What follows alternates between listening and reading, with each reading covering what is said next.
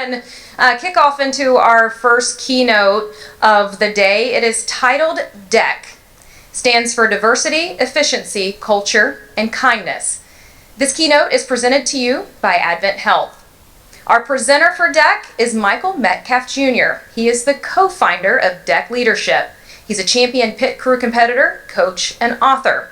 D.E.C Leadership fosters teamwork and leadership through diversity, efficiency, culture, and kindness. He's a co-author of a top-selling book, 12-Second Culture, and a consultant to Chip Ganassi Racing. He's also the former Chief Culture Officer at Trackhouse Racing and also a former football player at Appalachian State. Please welcome Michael Metcalf Jr.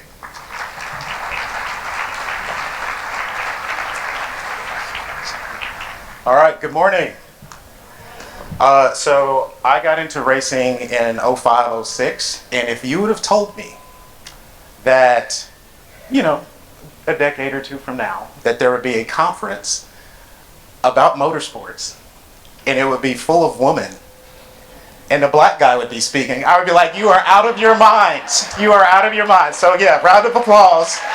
Absolutely. Oh, sorry about that. This is a big deal, right? And my job is easy today. All I want to do is just bring a little bit of inspiration and hope to keep going. I do want to say thank you to Advent, the books that you all have that I helped write. They bought for all of you, so thank you to AdventHealth. Absolutely, yeah, we can clap. Absolutely. And to Cindy and Lynn and Anna from Advent and Brooke for believing in me and giving me this opportunity. It's a really big deal. Has anybody had a tough year? Right? So just a little about me. I kind of got it from all sides. My business partner I co-founded the D.E.C Leadership business with wanted to go in separate ways. So I'm now having to adapt, right? Like I started something and now it looks a little bit different.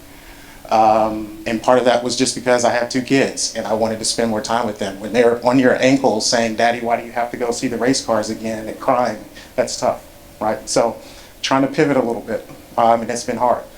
My wife told me some stuff this year that happened to her before we got married, some traumatic stuff that, man, it's hard to hear, and so just navigating some internal stuff, just trying to make sure we're healing the right way.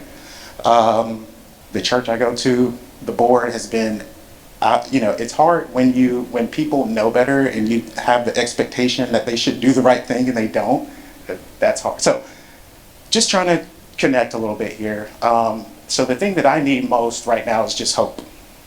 Just okay, I'm doing the right things, they're hard, but keep going. And that's just what I want to give to you today. So as mentioned, my name is Mike Metcalf. I first started speaking in Indianapolis in 2017. That was the first time I was ever on any big stage. And so I find myself back here in kind of like this new iteration of me. So this is really heartfelt. When I was speaking there, it was at the NFL Combine, just at the JW across the street. And it was in front of, all the teams, CEOs, PhDs, you name it. I was the 150th speaker of the 150. And they had all of the acronyms, founder, and then it was just Mike Metcalf. I had done nothing. So I did what anyone else in NASCAR would do. I just made something up. And so this is the exact slide that I presented at Indianapolis to the NFL Combine, and this is how I introduced myself. So CN, I'm a Charlotte native. ASG, I'm an Appalachian State grad, so go Mountaineers. Yeah, exactly. Yeah, okay, all right, fantastic. Usually I get a good applause from Ohio State fans. Bird is backup running back, so I was a second stringer in college. Are there any other second stringers? There, you are all starters, really? Yeah, right. They're going to do a breakout session later on honesty. And then OPCC, I was the other pit crew coach at the time. There was two of us. And I keep this just because who's ever dealt with imposter syndrome? Right? I had that going onto that stage, and I changed that slide last minute. Because I was like, you know what? If they're asking me to be here, it's because I have something to give. And we ask ourselves, do I deserve to be in this role, in this room, have this title? And the answer is yes, you deserved it 5 years ago. If you're here, it's because you have something to give. We all have divine energy, right? And we want to bring that. So, first rule of the day, imposter syndrome, it doesn't exist at Wyndham, right? We belong here. There's a role for us in this future, and I'm really excited about it. So yeah, diversity, efficiency, culture, and kindness. I was able to work with the group at Chip Ganassi Racing and get pit crews and a human performance program that was outside the top 20. And in a few short years, we were knocking off the big, the Hendricks and the Gibbs, and people were wondering, like, how is this even possible? Like, this is the same island of misfit toys. How are they now all of a sudden elite? And it was simple. It was, well, not simple, but it was diversity. It was bringing more eyes and ears to the table. And I think, there's a lot of diversity fatigue, but, for us in this room, like, we need more of it, right? And I always challenge people that want to push back on diversity, like, wait, time out. Do you have a stock portfolio or a 401k? Yeah. Is it diversified? Why? Does anybody have one? Why would you diversify a portfolio? To mitigate risk. Exactly. That is all we are trying to do here when we say diversity. Right? We want to mitigate risk because we want different perspectives, experiences, socioeconomic backgrounds, and perspectives on our team, right? And so for us, diversity was building a team. The next part was efficiency, was becoming a team, building trust. There's no easier way to build trust than being able to do what you say, right, and back it up, right? People that trust you will continue to want to work with you, right? And so we put a lot of energy on not just diversifying our team, but making sure that when we said something, we backed it up. The next part was culture. It's huge. Culture eats strategy for breakfast, right? If we have good culture, we have good environment, we can do anything. And one of the things that's really been alarming to me as I've gotten into this journey is, and I could geek out on this stuff for hours, but when you look at yin and yang and masculine energy and feminine energy, and we have both as men and women, right? But I think the thing that's missing most in these motorsports environment is the B, and I think that's the feminine energy, right? The ability to just have all of you come in here with your hair, all glammed up. I saw the headshots. Just your presence is impactful, right? And we need more of that. And that's the culture piece that you all bring, and that's going to continue to make motorsports more and more attractive and desirable, as we move along. And then kindness is just a thing where it's like we become more than a team. We get beyond just the transaction of lap times and tire fall off. And what ROI we can bring to partners when we do something that's bigger and more great than what we ever thought we could imagine. And so I just want to tell a little bit of our story, my story, how we got those teams kind of to perform. So what are some of the things that are commonalities amongst world-class teams? And it started with racing and pit stops, but I've now been working with a lot of different businesses. And one thing that keeps coming up is ownership, like owners versus renters. Has anyone ever gotten an oil change on a rental car? Why not? It's not yours, right? Yeah. Okay, you're some of the young folks buy, an apartment, a pipe bursts or the AC goes out. Are you gonna fix it? You're like, no, absolutely not. But okay, now when you got the keys to the first car that you bought with your name, with your money, what happened when something went wrong? You want to fix it. Same thing with your house. You're not just gonna, the pipe's just flooding water in the basement. Well, let the landlord deal with it. No one would do that. It's so important that we preach ownership to our teams and to our companies. The problem with that, though, is as leaders sometimes, is there any type A good people in the house? Okay. Pretty much all of us probably, right? That's why we gravitate towards stuff like this. What happens though when you lease your house, right? Can people come in and change the lights or repaint or do anything, right? They're kind of limited, right?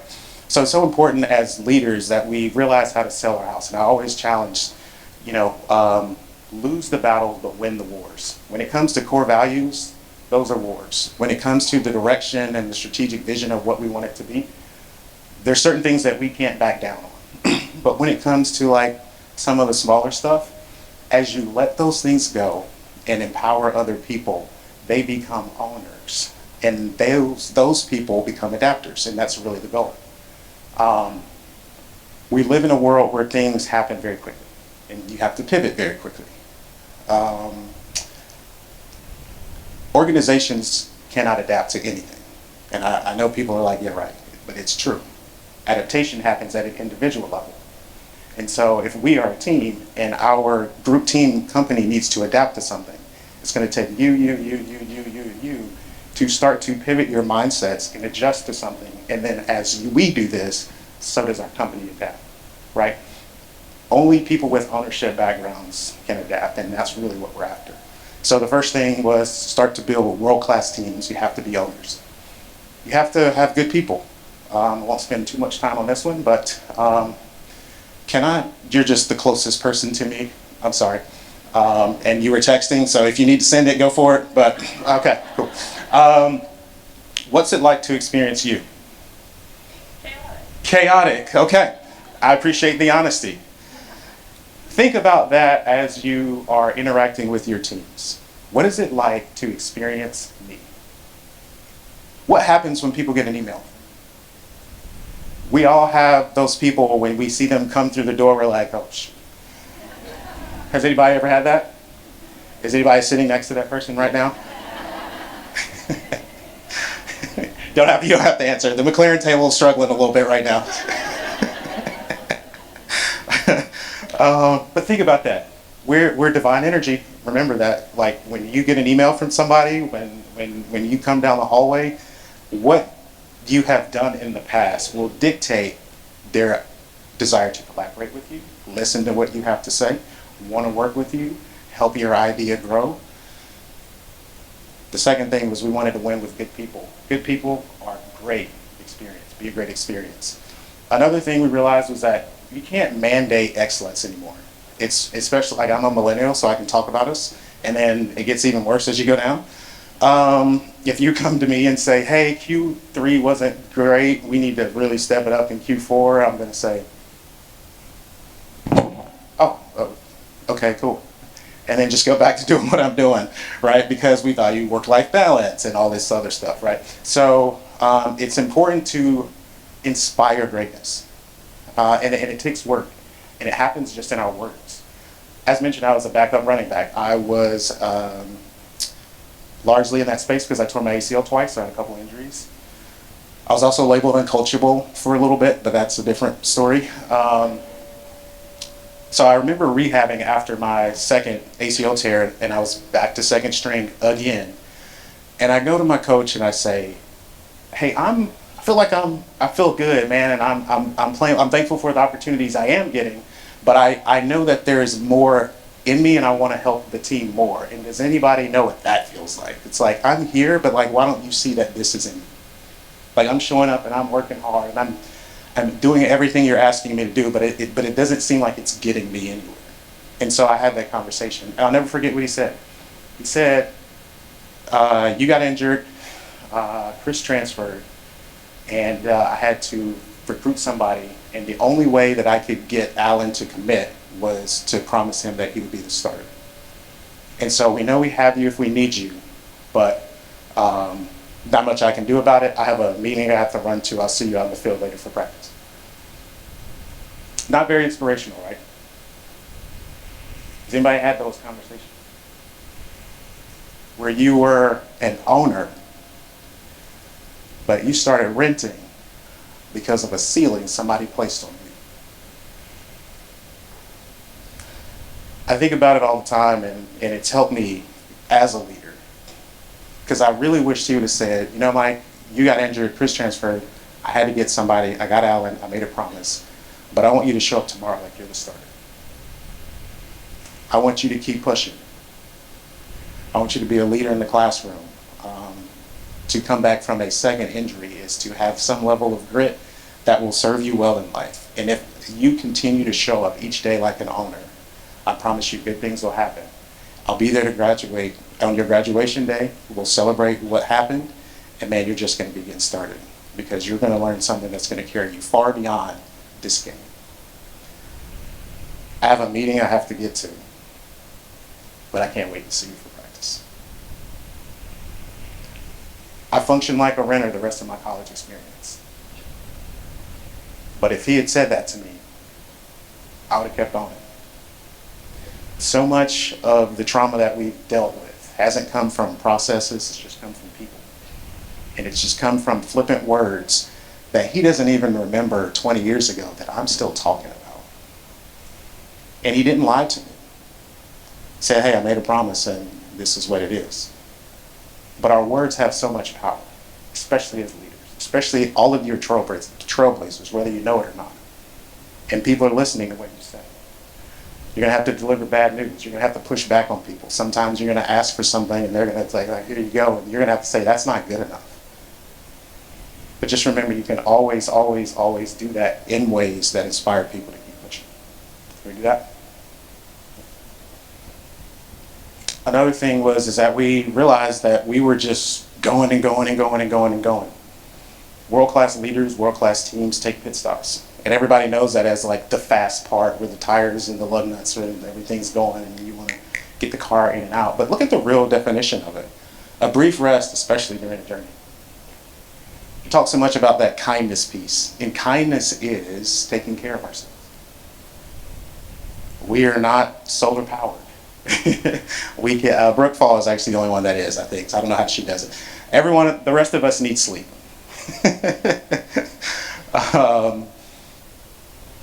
Our ability to take care of ourselves will help predicate how we take care of others, right? It's so important that we resist violently against burnout because we can't afford to lose anybody in this fight.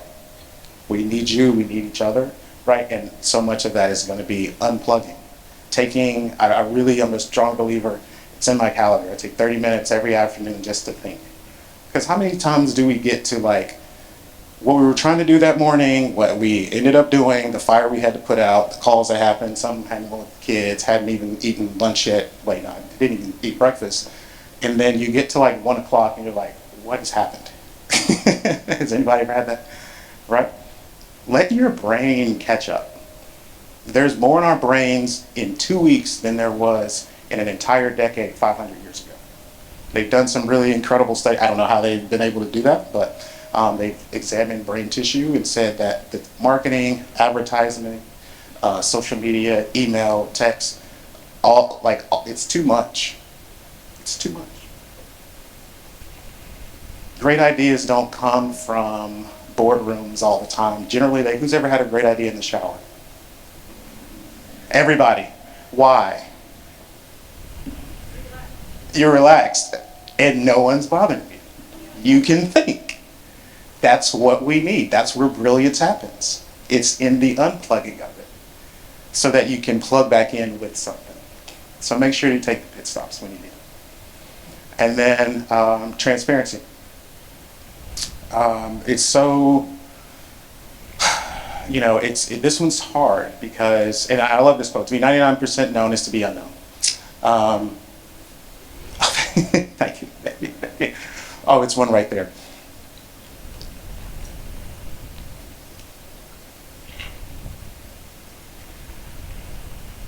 Why don't we speak up? Why don't we say what we need or what we feel? So often it's a protective mechanism, right? Well, a woman's never had this job before, or the last time I spoke up, I was wrong. There's a lot of reasons why we don't give that 100%. And my challenge to you is just to go for it. We had a tire changer, tire carrier combination that was, this was right at the time where we were starting to, we're turning the corner. We're starting to knock off the big guns. And we were 2 tenths off each side with the group. And we go to Daytona, 2 tenths off. We go to Phoenix, I think then, 2 tenths off. So finally I'm like, all right, guys, we're practicing here, but we're like a half a second, it's 2 tenths each side. Do you have any ideas? Like, I've tried everything. I tried all of the drills that I knew how to do. And part of leadership is just saying the same thing over and over again and just trying to find different ways to say it so people might hear. And one guy finally said, well, I think he's a football player. The way he gets the tire in, it's just hard for me to see the lug nut pattern. Well, he's a bigger guy too, and his knee's in the way, and that's the only way I can get the tire on. I'm like, oh my gosh, thank you. And then next thing you know, I'm like, James, do you think you can back your shoulder out of the way a little bit? Yeah, probably. Will, do you think you could scoot your knee in a second? Yeah, I think so. And then literally the next thought, all they did was get better and better and better. It was just one conversation. They didn't want to throw each other under the bus. They were just trying to figure it out the old-fashioned way, do it yourself. But it took that moment of like vulnerability and transparency for them to come together and click. And that was the thing that really got us to where we started competing and winning races and that sort of thing. And so why do I bring that up? It's because 0.2 of a second matters. And you all know this. I have fun talking to people that are not in racing, and they're like, yeah, what is it? It's like, what you can do in 12 seconds? Like, well, we can change 4 tires and put 14 gallons of gas in the car in 12 seconds. Can you even tie your shoes that fast? And so, but 0.2 of a second, we tried to break it down. What is that to us? And that year it was $1.1 million. And that was the difference between one lug nut hit taking you back to, the math of a place like Daytona, 56 feet. Well, 56 feet was the difference between 1.6 million and 500,000. That was one lug nut hit. And so that's important because speed's the currency of business. It's not big beating fast anymore, it's just fast beating slow.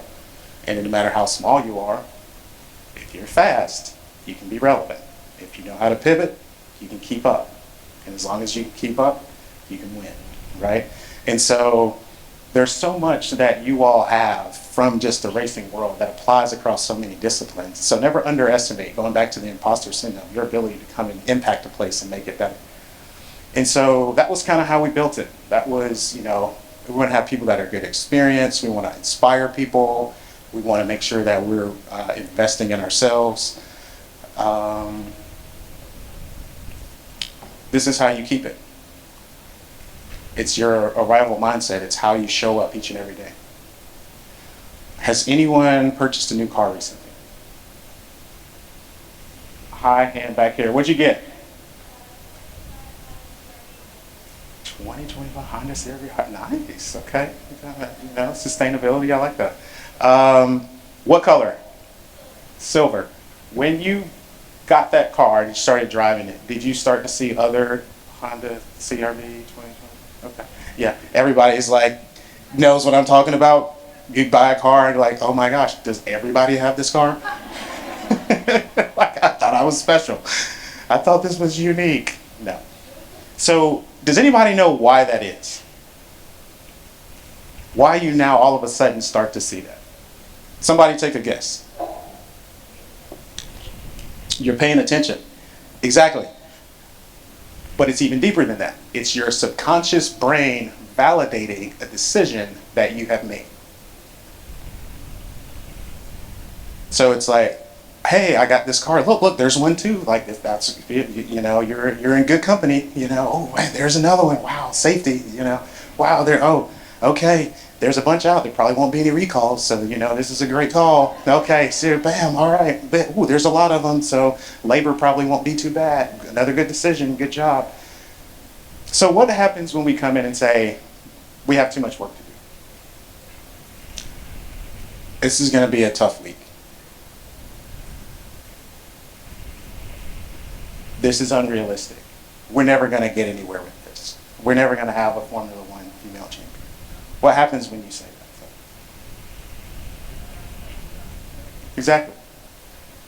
So much of like I have sent people out of the building that came in negative. They're like, we can't do that here. They're like, seriously, like, yes.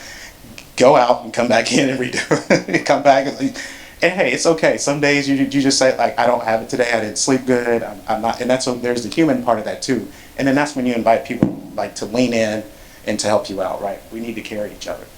But if we come in and say, this is going to be a great day. Our work matters. What we're going to do is changing the landscape of it. Then your brain will start to validate that. You'll start to look for things. You'll see things that you weren't aware of before. You'll see all the opportunities and open doors to get you where you want to go. So your arrival mindset matters tremendously. And I likened it to this. The Saturn V went to moon, space, back. I don't know what all happened there. I just know that 76% of the fuel was used in under the first 2 minutes for the whole trip. I'm not sure if, just Google it. It's actually in the book that I wrote, so I should know this, but it's in there for later. Think about that. How many of us feel like this sometimes with the work we do? At this point, I think 20% is gone, and it's still there. You can see it. It's not moving. People are laughing at you like, oh yeah, you're going to the moon. But it's that thrust, that arrival, that energy at the start that gives that whole journey a chance, right? So never underestimate moments, because those moments become the thing that gets you out of space, all right? Your arrival mindset is hugely, hugely important. Another thing is that you have to fail quickly. For those in motorsports, like performance side, who's made a mistake at the racetrack? Everybody, right? It's not if you're going to make a mistake, it's when you make it. I love this quote. It says, pressure is a word that when is misused in our vocabulary. When you start thinking of pressure, it's because you started thinking about failing, right? Failure is not the monster we think it is. Compounding failure is. Humans are going to make mistakes, and I think we all know that. It's the compounding mistakes. If we don't learn from them and keep making them, that's failure. But failure doesn't have to stop us. It doesn't have to define us. In the lens of kindness, failure is just an opportunity, to extract the teaching moments and move on. We always say win or learn. Either we're going to win or we're going to learn what we need to do to get there. I know there was one of our guys was a young tire changer. Our GM at the time was Max Jones. They called him Max the Axe. Max is a tough man. And he was like, hey, what are our rosters for the year? Who are we going with on the #1 pit crew for, I think this was Kurt Busch that year. And I submitted the names, and he was like, okay, good. Wait, who's this guy? It's like, Ken, he's new. Is he ready? Like, he's probably gonna have a loose wheel or two. And he was like, nope, absolutely not. We can't do this. We can't afford a loose wheel. Obviously, that's bad. You get fined, wreck the car, blah, blah, blah. And I get that. But this kid would go for it. Like, he was one that was willing to push. And he didn't let failure stop him.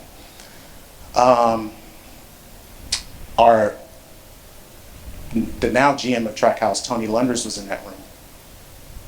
And he said, yeah, I don't know about that either, Mike. I was a tire changer, and I never had a loose wheel. But then he paused for a second. He's like, now that I'm thinking about that and saying that out loud, I regret that. Why do you say that? Yeah, he never pushed himself to see how great he could be. He always played it safe. There's a thin line between being, reckless. But in this industry and the effort that we have to give, you have to push it. You have to run on the lines of what's humanly possible. Ken had a few, so Lunders said, hey, let's go with him. He did have a few loose wheels. We had to pull him off the car. But in that moment, he learned where his line was. And Ken's a pit crew champion. They, last year with Trackhouse, were the mechanics were pit crew champions, fastest tire changer in NASCAR. But he learned to fail. So don't let failure stop you. This is a little quick video that I want to show of a helmet camera incident.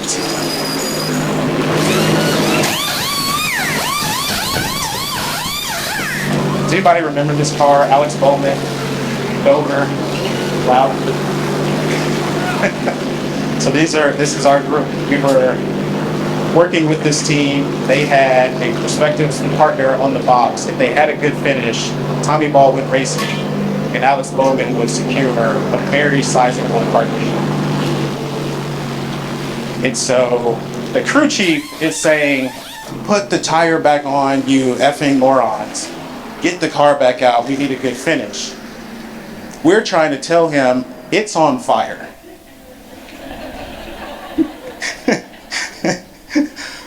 I hear what you're saying, but like, you're not over here seeing what we're seeing. Like, this is not like, oh, this is cute, warm fire. This was a blaze. So, they said, okay, we'll put it on, and ended up burning a, $400,000 race car to the ground on national television. Yeah, exactly. Brake pad project views are what, $400. Brake fuel lines, maybe another 100 or two. We could have capped the line, bleeded it, lost a couple laps, got back out there and finished. But he didn't manage his emotions. One of the things that happens when we fail is that we get emotional about it. It's just a human thing, right? It's one of those Discover commercials where it's like managing your emotions, priceless. Like, it would have saved us a lot of time. So just remember, like, failure, again, don't let it stop you, don't let it define you. Keep pushing, keep pushing. I was in the breakout session yesterday. I wanted to see some of my NASCAR fam, Julie and Jamie, talking about what do you do when it hits the fan? And one of the things that kept coming up was prepare. And has anybody ever seen this picture? Great, I want to tell you about it. This is Hurricane Michael, so it should be easy to remember. It's me, Michael. And it just destroyed Mexico Beach in Florida. We've had a rough year with hurricanes this year, right? So hopefully that's not too insensitive to talk about it, but there's a really good point. This guy buys some land, wants to build a house, and he gets the code of what you need to do to build a house in this area. But he went above and beyond.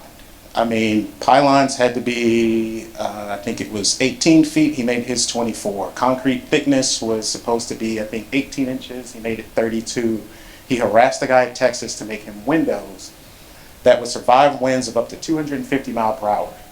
And when I say harassed this guy, Found him, I think you can make this for me, here's some specs, I'm not making that. Okay, resubmit it, here we go, this is what I need, look forward to working with you. It's like, sir, I'm not sure if you know how winds work, but if 250 comes through, windows are not going to be what you're worried about. He's like, yeah, make me the windows. He's like, okay, it's going to be 4 times the cost. Perfect, make me the windows. What was he doing? Preparing for the storm, right? Has anybody ever been in a storm? For those of you without hands up, one's coming, right? That's just, it's just the nature of storms. It's just how it works, right? They call his house the miracle house.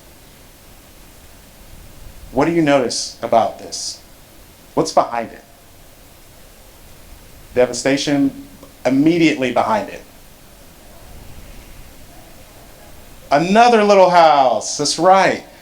Does that house look like it's built like the miracle house? That house is built just like the slabs to the right and left of it that are gone. So the miracle house blocked the wind and protected it. That's what happens when you prepare.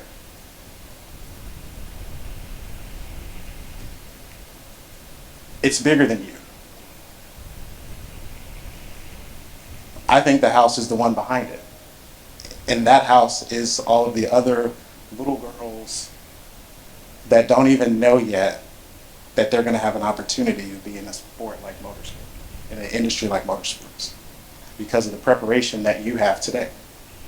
Your teams are going to be able to withstand storms because of your preparation.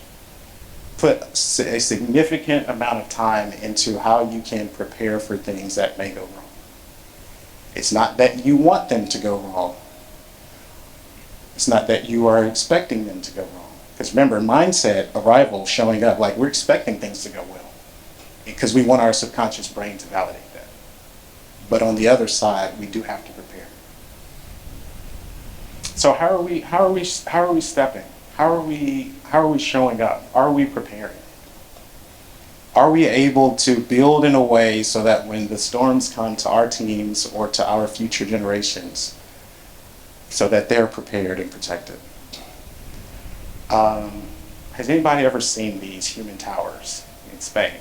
Is it not fascinating? It's unbelievable.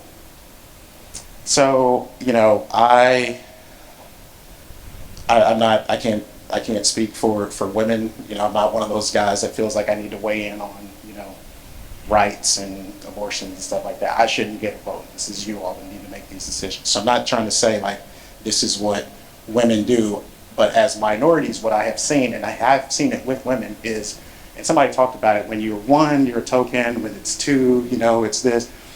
Oftentimes, as a minority, when I'm in a room and another one comes, they're competing with me. You know, it's like there's only one seat here for the black guy, so I'm gonna try to get him out of it.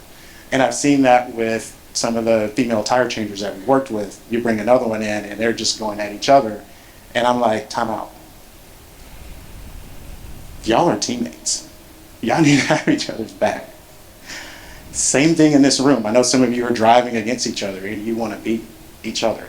But that stops as soon as that flag waves. Outside of that, we're a team. And we have to work together. So with these human towers in Spain, you have to step on people to get ahead. How are we stepping? Are we stepping on others so that we can have the top seat, so that we can be the president, so that we can have the corner office? And hey, I get it. Like, we compete out of proximity. It's just the way our country works. It's how capitalistic societies exist.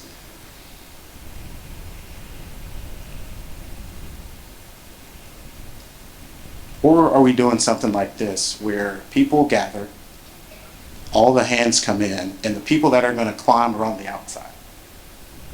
And as the base forms and the hands get stable, people are able to climb over those hands. And then they form a foursome in the middle. And you see people supporting them. And then people start to climb on over the hands, make formations, and then people climb on each other to the top. I don't know why I keep bumping into these tables. Look at the lady on the base. Doesn't really look like she's having a lot of fun, right? It's hard holding the weight of others. And that's what you're all doing, right? There's a lot of weight that comes with the roles that you have and the energy that you want to put into each and every day. But standing on her shoulders, like the shoulders of all of you, will be, where's Dr. Langston? Dr. Fran, I saw her somewhere. There we go. Standing on all of your shoulders will be the first female Formula One champion. Will be an IndyCar champion. Yeah, absolutely, yeah. We'll be a NASCAR champion. But it takes the work today, and we have to do it together. So we have to function like a team, like an individual team unit that works across the globe. I love the acronym of WIMNA, but we're going to have to add some letters to it. It's going to have to be South America. It's going to have to be Europe. It's going to have to be Asia. Exactly, right? This is going to have to be something that continues to grow into something bigger. And as the team gets bigger, the more hands that we can get in, the more hands that we can get in, the more bases we can create, the more bases that we create, the more people that can shoot to the top, and then that's where our champion comes from, right? So I'm writing a book now. I've got one, working on another one called The Last Lap, and I'm really thinking about legacy. You know, I think sometimes when if we were able to go to the end of our time here and look back, what do we wish to have accomplished? Who are the people that we want around our last dinner table? Are we spending time with those people now? Are those the things that we're putting our time and our energy into? And I think if we do those things now, we'll look ahead, and our last lap, we'll take the checker that we want. So, again, like as a minority, I've kind of had to deal with some different things. Does anybody remember the old Phoenix Raceway? There was a Goodyear bridge that separated, like you had to walk under it to get from the garage to pit road. I remember we were getting set up for the race, and as I'm walking under the bridge, everyone else on my crew had already got to the garage to just get changed and dressed to come back out. Car is set up, pit box, everything's good. And I was walking by myself, and there's this kid on the bridge, front and center, and he is just saying the nastiest things to me. I mean, he's calling me every name in the book. He's flipping me off. Go back to where you came from. I mean, all of it. And I'm remembering it now, looking to figure out, how do I get up there? I don't care who I don't care who he is. I'm not letting anybody talk to me like this. And I had a moment where I was just there. I was upset. I was trying to figure out like how I could go confront this kid. And then I remembered, okay, I have a race to do here.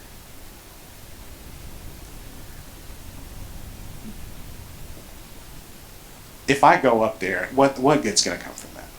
Yeah, that kid will learn a lesson. He won't talk to anybody else like that. But like, do I get to continue racing?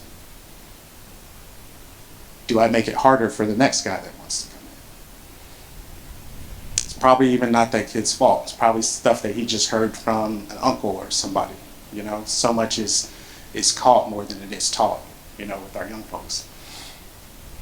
And so I went in, I took a second, I was like, I'm gonna let this slide, you know, tried to woosah a little bit.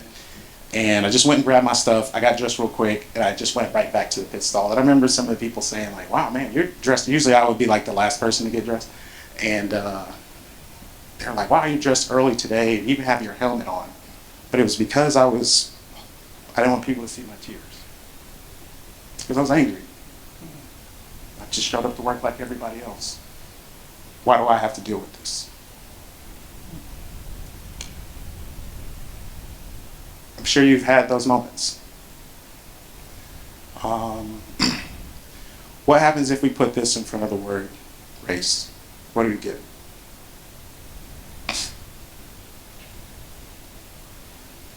As we are racing in this fast-paced environment where people don't have the tools or the intelligence to see your value or to understand or appreciate who you are and what you bring,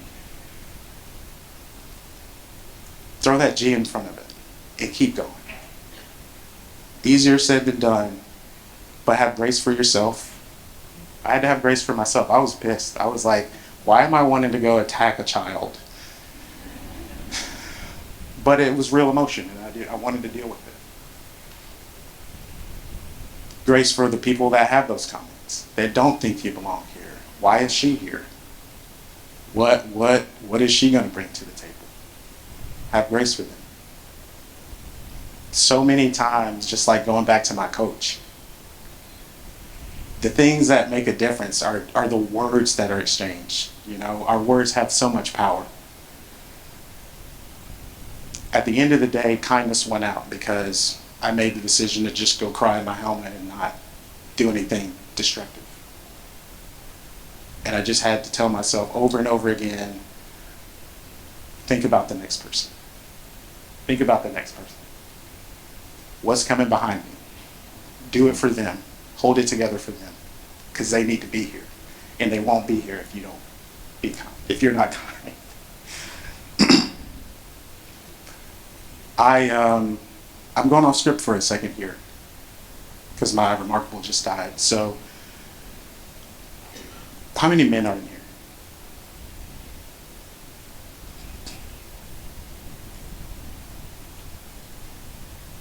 I've heard it over and over again. All of these beautiful people say, we can't do this without you. Right? Like, it's going to take all of us. I personally, just as a man, want to apologize for why it's been so hard for some of you. And if you're okay with it, other men, would you mind joining me in a brief little statement? Would that be okay? Just repeat after me. Dear ladies. Yep, I know. It's going to take some courage. It's going to take some courage. You don't know where I'm going to go with this. But it'll be short and sweet, I promise. Dear ladies, I apologize on behalf of men who have made it so hard for you to just do what you're passionate about. I promise I'll do my best to be an ally and to do everything I can to make it better for the ladies coming in the future generations. Thank you.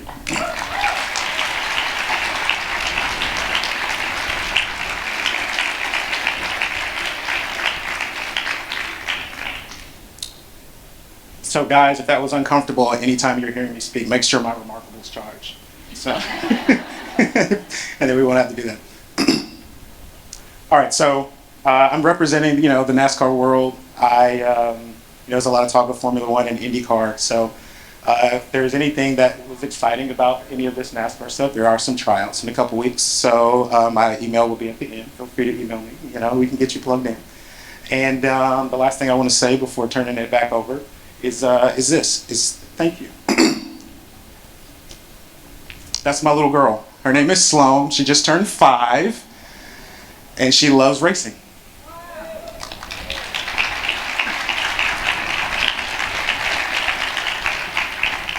It doesn't matter what it is. She can beat me on some of these games. It's embarrassing, and I'm actually not bad. And I don't know what she's going to be. I don't know what she's going to become. She might go do something that has nothing to do with racing or motorsports, and that's fine. But if she decides to, she's really silly, and every time you do something nice, she'll say, thank you. If she decides to do something in racing, it will be because she was able to stand on shoulders of people like you. So, thank you.